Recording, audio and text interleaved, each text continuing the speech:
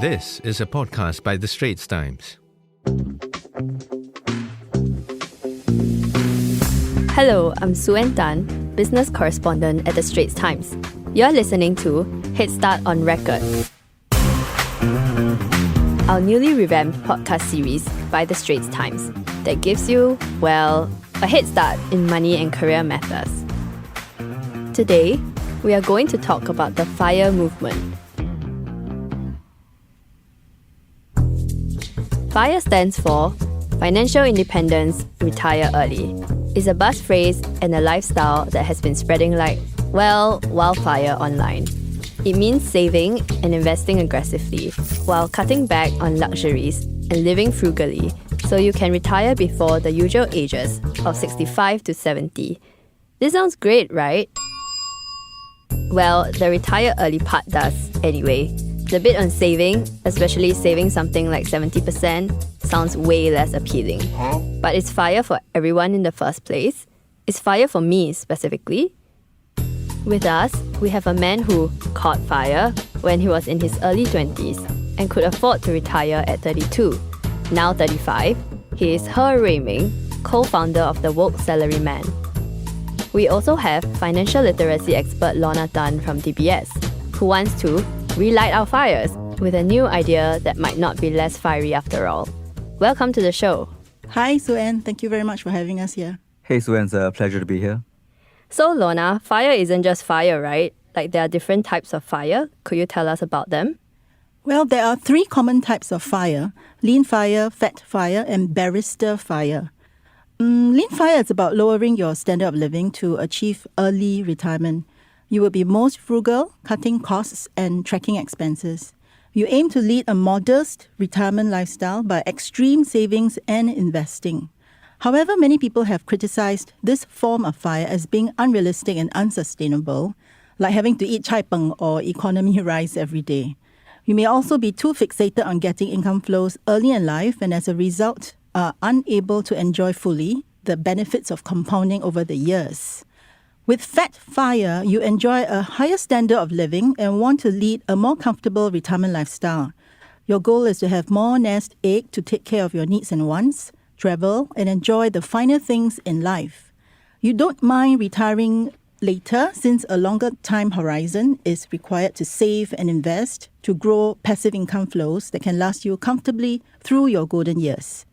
Now, with barrister fire, you do not mind working part-time or taking a side hustle to supplement your retirement income instead of retiring fully. By doing so, you could be potentially insured by the company's group health insurance and may delay tapping into your nest egg. This style sits between lean and fat fire. Wow, thanks for that, Lorna. And Ruiming, you were a fan of FIRE while you were in your early 20s. Can you tell us more about that? Like, what were your goals and when do you want to retire? How do you go about it? Sure, I think to be fair, I think when I first started on FIRE, that was the only thing it was called. I think nowadays people are trying to redefine FIRE because people find it not so sustainable. But I think back then, I was 25 years old, right? And I was working in a job I didn't like. I wanted to find the fastest way out of it. And so I tried to save aggressively. And my first goal was to save 100K when I turned 30. And then subsequently, I thought I will repeat that same thing, 5 times to save 500K when I'm 35 years old. So I could achieve some sort of barista fire. So that was my original idea. To save 100K by 30, I think I led quite a minimalistic lifestyle. So I would, try to do things like taking the MRT early every day to save that 50 cents. I would not eat out so often. I would not go on so much expensive holidays. And I think I would do broiled chicken and broccoli just to eat meal. And I tried it for I think 1 to 2 years around there. Until at some point I was actually this is quite tiring. Why not I focus on increasing my income instead? So for the first part of my FIRE journey, I focused on cutting expenses until I found it unsustainable. And then I focused on increasing my income, investing, all that stuff later on. Right, so now looking back, how do you feel about all that? Like, thinking of the days that you cut down on your holidays and you ate so simply, and what do your friends think or what do your family think? I think most people will be shocked about it. But I also think nowadays a lot of people like to, for lack of a better word, they like to make fun of people who pursue FIRE. They'll say it's not worth living. it's so miserable, all that stuff. But I actually look back at my first 2 years and it taught me like a very important lesson. And that actually, even if you have to do something unsustainable a while, it can help, to make your life sustainable in the long term. So I'm grateful that I tried out for those 2 years. Like I found out like what was my limit on when it comes to cutting expenses. I found out like actually do not need that much money to be happy. And actually I found that those 2 years where I kind of rejected the rat race, I also realized that that's a trap that a lot of Singaporeans fall into. So those 2 years actually like conditioned me to kind of think differently from what a lot of my peers thought. Right, okay. So it actually helped you to find like a new or different meaning in life, right? Than just exactly. all the same goals that people are going towards. Yeah, I think what I find is like a lot of people, they talk about financial freedom, but they don't actually want to take the step to do it.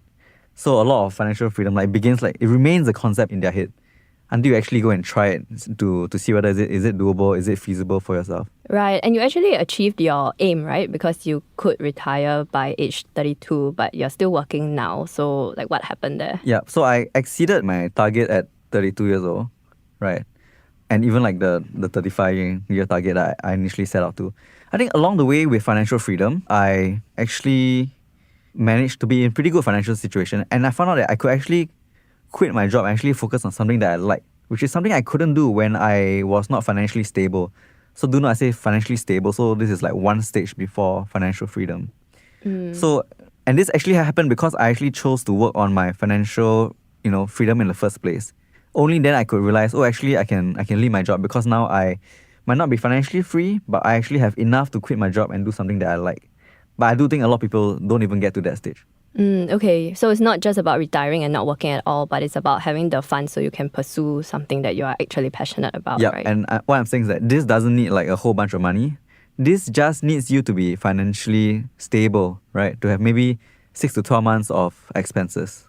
But your kind of retirement is more for a single person. I suppose course. when you get married and have children, then your math will have to change again. You redo your calculations and see what other figures you need, right? It's not like sustainable to the fact that you can actually retire with a wife, with the kids, unless you marry a multi-millionaire wife. Absolutely. I think many people will use like the whole family argument as a way to downplay like people who have achieved FIRE.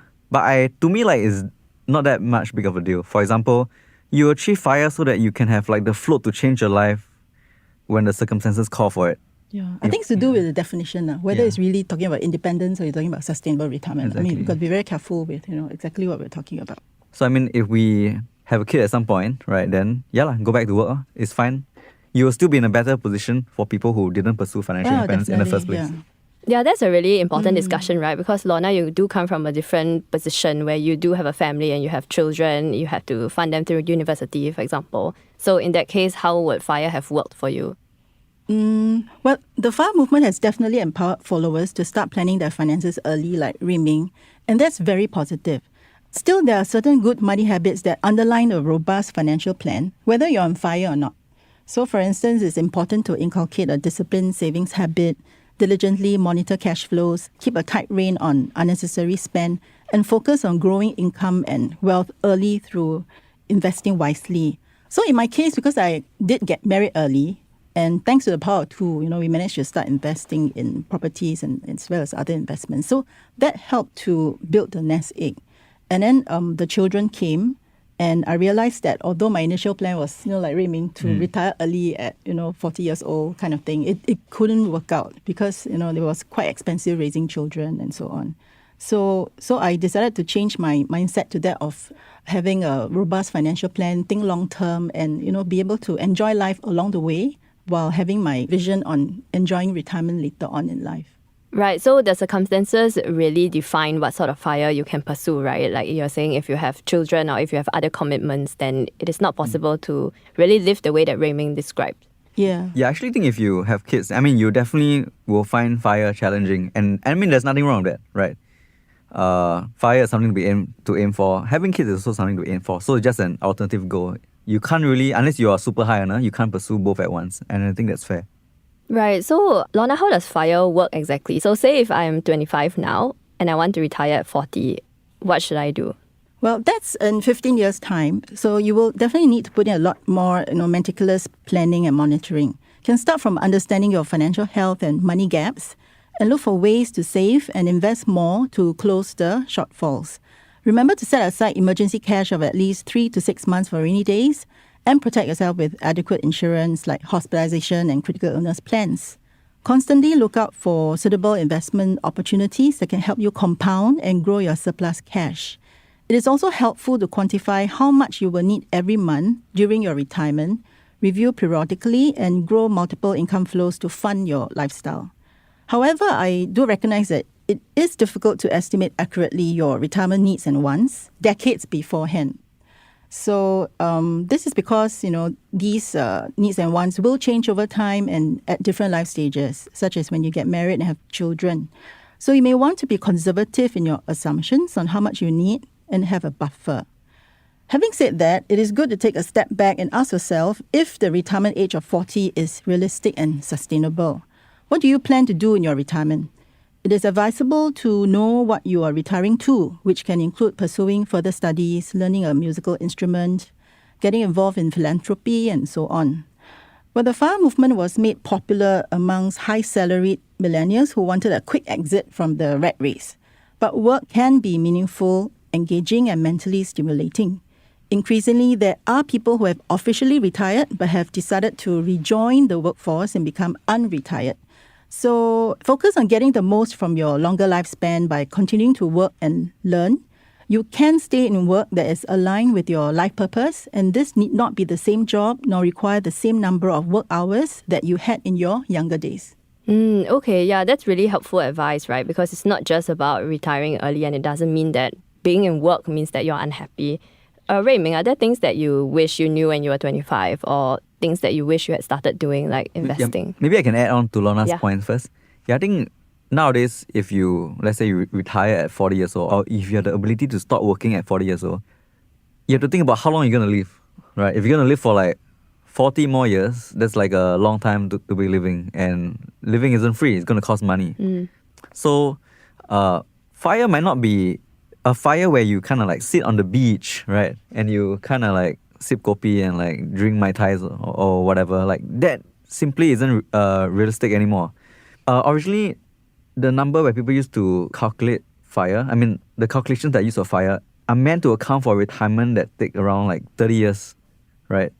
So if I count like 40 plus 30, you're still 70. You still have 10 more years. So actually, you do not have enough money. Or more, actually. Some people live beyond 100 years old. Exactly. So it might be useful for you to be financially free at an early age, but you still continue working because you love and enjoy the work.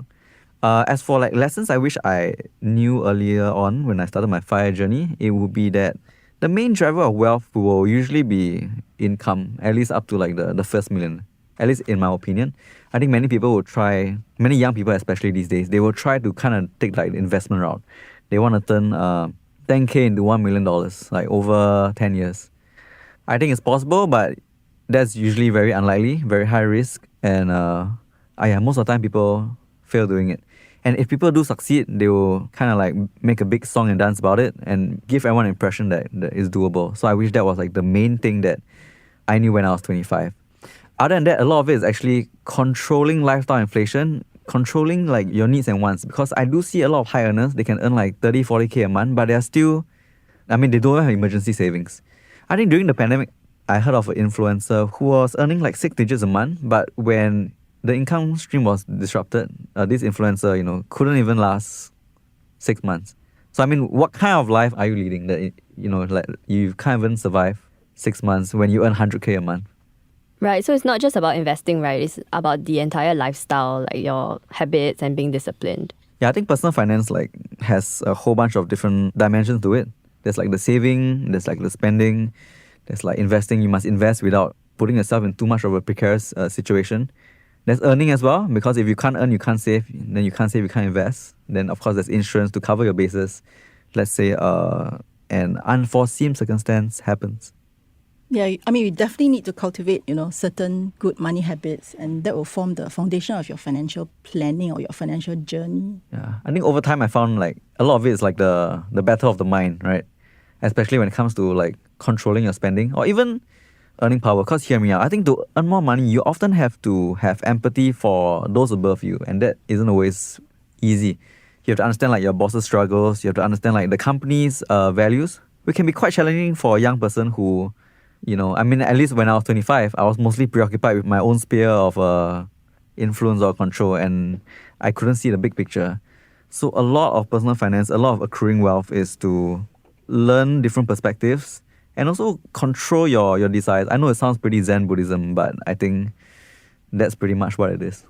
I think like realizing that, money doesn't always equate to happiness. I think money does help a lot with happiness, at least in the early stage of wealth. Let's say if I'm going from being bankrupt to having 100K in the bank, I think that will help my quality of life like immensely. From 100K to 200K, yeah, still quite a bit. But let's say you're going up to like, 600K to $1 million. I think the quality of life won't be so high. Now, I think some listeners will be thinking, oh, but with $1 million, I can buy a Merc. Okay, actually, maybe now Merc a bit high also. I can buy like a fancy car. I can buy like a nicer house. But end of the day, you must ask yourself, like, at which point do these purchases stop adding value to your life? And I think for most people, it isn't that high. I've spoken to friends that tell me like they think they need $10 million to be happy. And I just laugh because, come on dude, you are like a rank and file employee. It is very unlikely you make $10 million. So the easier thing to do is to control your desires and find satisfaction with what you have instead of chasing this impossible dream that you were not going to pursue anyway. Yeah, I think having realistic expectations is very important. And that will come from understanding what really are your needs of your family, and then be realistic about what you can do achieving it. But of course, getting professional help will also help you. So I think this goes nicely into the next question, right? Which is the fact that FIRE should not just be about focusing or fixating on an early retirement. I think, Lorna, you came up with your own kind of FIRE. So can you tell us more about that? Yeah, an alternative to FIRE is FIRM, FIRM, which stands for Financial Independence, Retire Meaningfully. The focus here is on achieving sustainable financial freedom via a resilient, long-term financial plan while living life purposefully. This means you need not be pressured by achieving a retirement magic number or meeting a looming retirement deadline. Some forms of FIRE, like lean FIRE, calls for many sacrifices, such as delaying gratification for the nice things in life, like traveling, fine dining, and it really requires a person to live very frugally. This mode of living is not something that many can ascribe to or for, a long period of time. The biggest assumption of FIRE is that you would still be alive upon achieving financial freedom. But we don't have a crystal ball. The reality is that we are all living on borrowed time. So the opportunities to spend time and share precious moments with loved ones would disappear once they are gone, and if we die prematurely. So life doesn't start only after you have attained financial freedom. Every day is precious, and we need to live a purposeful life now within our financial means and with a holistic plan to help us navigate and support our life purpose. Yeah, I think that's so useful as well, right? The fact that we don't just live for after retirement or after we hit a certain amount, like you said, Ruiming. But if somebody thinks that they need the 10K to be happy, does that mean they're not happy now, or that they cannot be happy with what they have? I think you told us a lot about your own experience playing with FIRE. So do you think that there are certain groups of people that FIRE is really not for? I think FIRE is not for most people. I mean, I can tell you like who FIRE is usually for. Usually people who can defy like social conventions, they will usually be pretty good at FIRE, provided they can earn the income to kind of back it up, right? So in psychology, there's this concept called relative deprivation. And it says that people feel unhappy because they see other people in society having other things that have become a norm in society. Basically, it's kind of like peer pressure.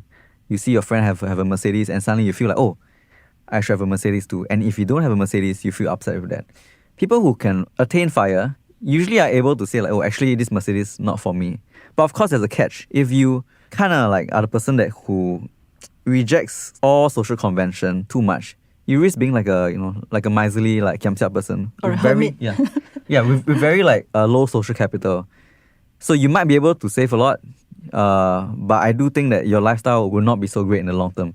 Also, what's interesting is that social capital actually increases your earning ability, right? If you are able to thrive well in a social setting, usually that increases your earning power because many jobs require like management skills, people skills. So I'd say like in an ideal situation, you're able to defy social convention a little bit, but also still thrive in it.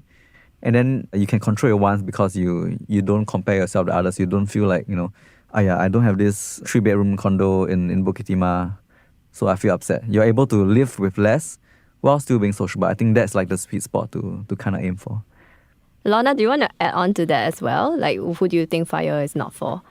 Yeah, I agree with Ruiming that FIRE in the actual essence is really not for a lot of people. But of course, you have other forms of FIRE like barrister FIRE and fat FIRE, which other people can aspire to. And these two forms of FIRE doesn't require you to stop work, early, but you can still continue to have a side hustle or, side income from part-time job. So that's fine. Some people can actually, it's more doable that way. Yeah. But I will say that I think mainstream culture is quite consumerist. For example, I think nowadays if you tell your friend like, oh, this year, for example, I want to go on holidays in Southeast Asia. I don't go Europe, I go Japan. They'll say something like, so sad. Isn't life like that? Isn't it very miserable? Isn't it very sad? I do think like as a society, many people do want to keep increasing to kind of like normalize like spending more and more each year. I think that can be quite harmful. But I'm also glad to notice that there are some trends coming up, like the loud budgeting trend, and then on TikTok you have this under-consumption trend. So people are sort of moving towards this mindset that it's not necessary to spend and show off all the time. You can actually underspend and show off too, so that hopefully can galvanize other people to have this kind of more of a saving, don't anyhow spend kind of mentality. And these are good money habits to have. I'm so happy like that's emerging. Yeah. So Lorna, I think you talked a bit about the social media trends that are coming up these days, including loud budgeting. So could you describe a little what that means? It's a financial approach that, where you're transparent and proactive and say audibly, how you're managing your money, in the sense that you can say, I don't have enough. If someone is asking you out for a nice fancy dinner, you can say, I don't want to spend this and that because I'm, aspiring to have something else, or I need to put it aside for some other financial goal. So it's making it clear that the person is not paiseh or embarrassed to say that I have no money to spend on this at this point in time. Yeah, I think it's very welcome because, 10 years ago when millennials just entered the workforce, you will feel pressured to go with your friends if they spend an expensive meal. And when I kind of like at the time I say I don't want to go, they're like, why are you like this? Don't you think life very miserable if you keep doing this? So I do think this is like a welcome trend. Being able to, resist spending is people's own way of like kind of rebelling against capitalism. Yeah, and I suppose by the actions, they can hopefully infect other people to also think again, and review their own expenses. Is it really necessary to spend on this activity? Is it a need or a want?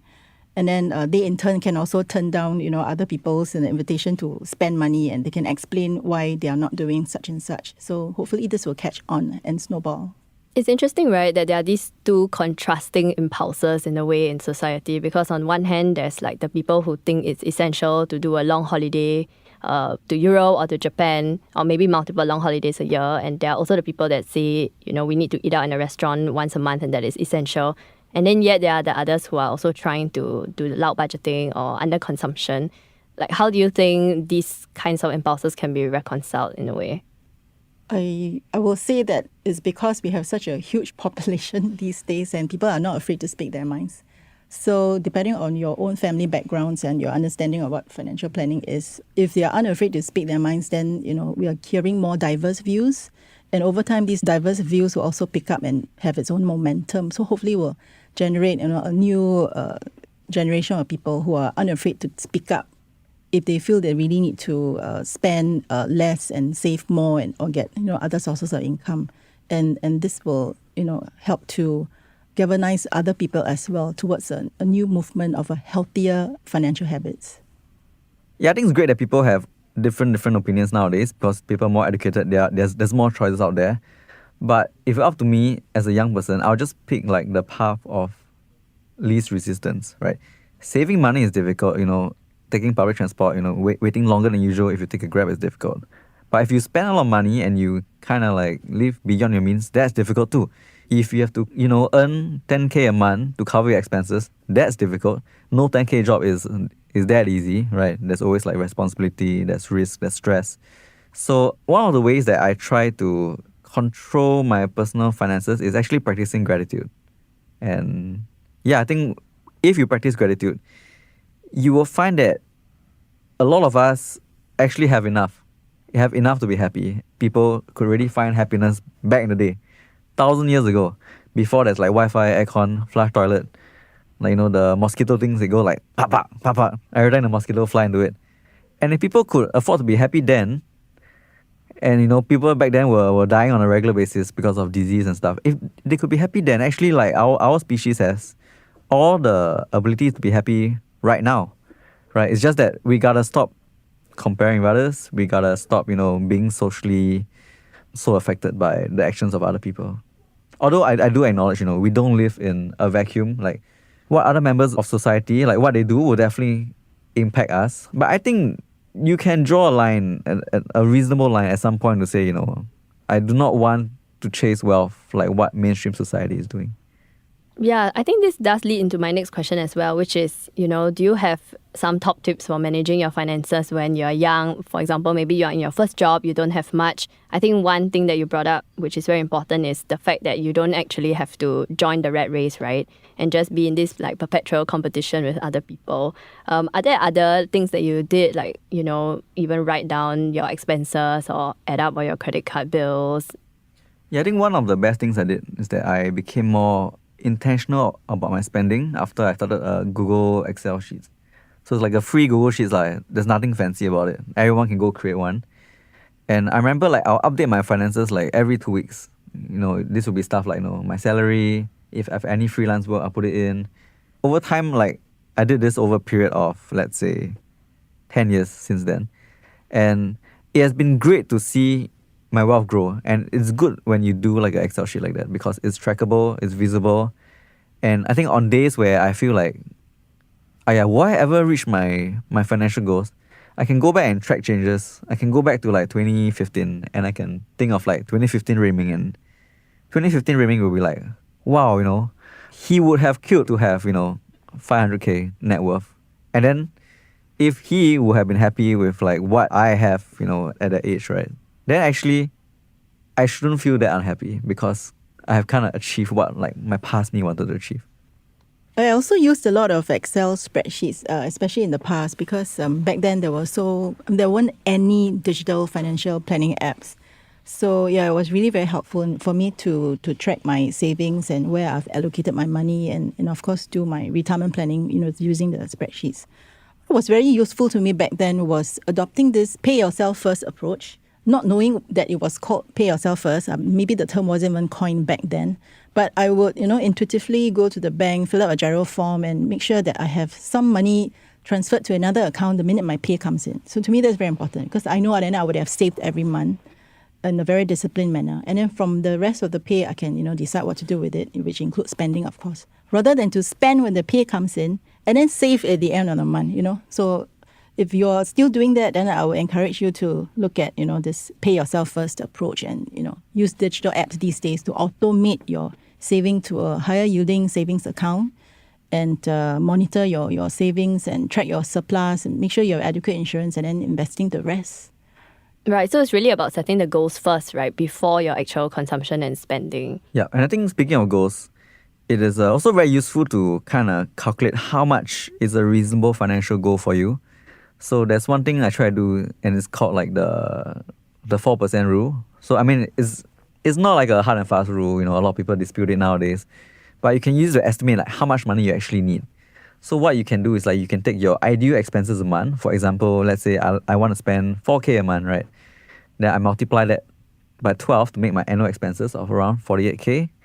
The 4% rule is kind of like, the logic is that you invest a whole bunch of money, invest it for 4%, then you can get X amount in dividends. So what we are doing here is reverse engineering to find out how much money you actually need.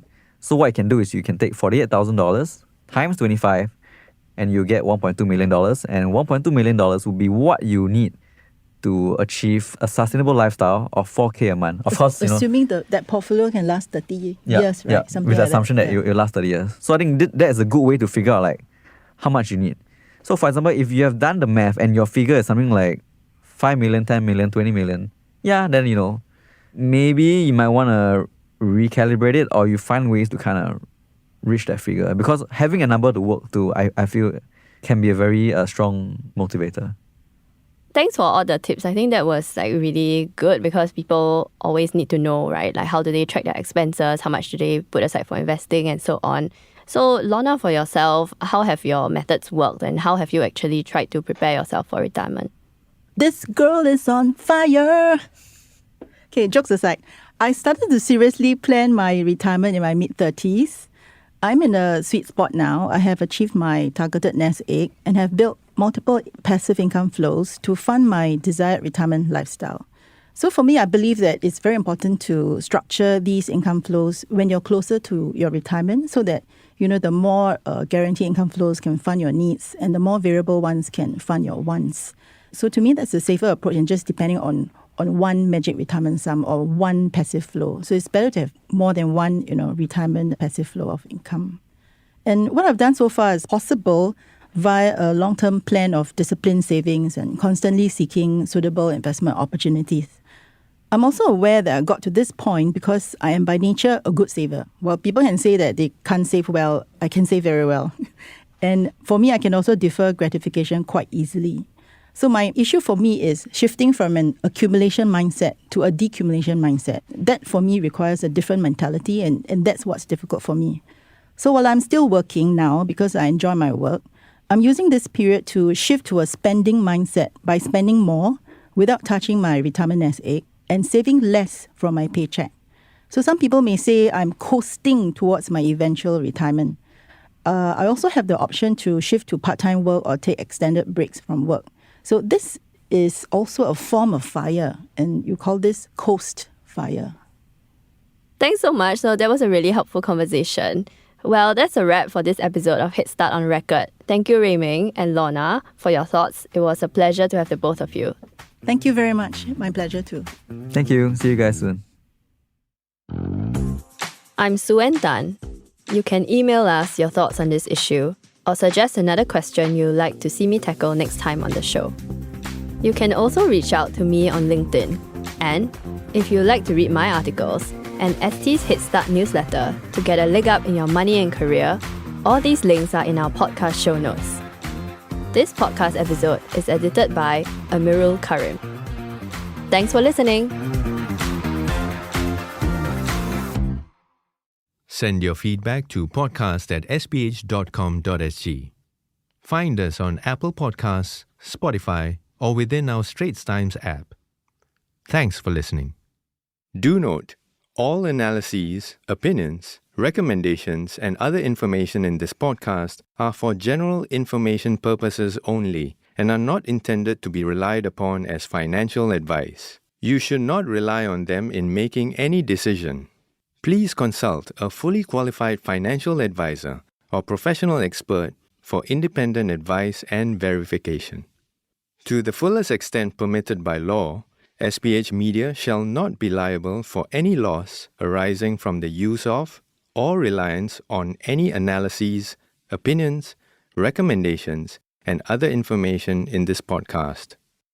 SPH Media accepts no responsibility or liability whatsoever that may result or arise from the products, services, or information of any third parties.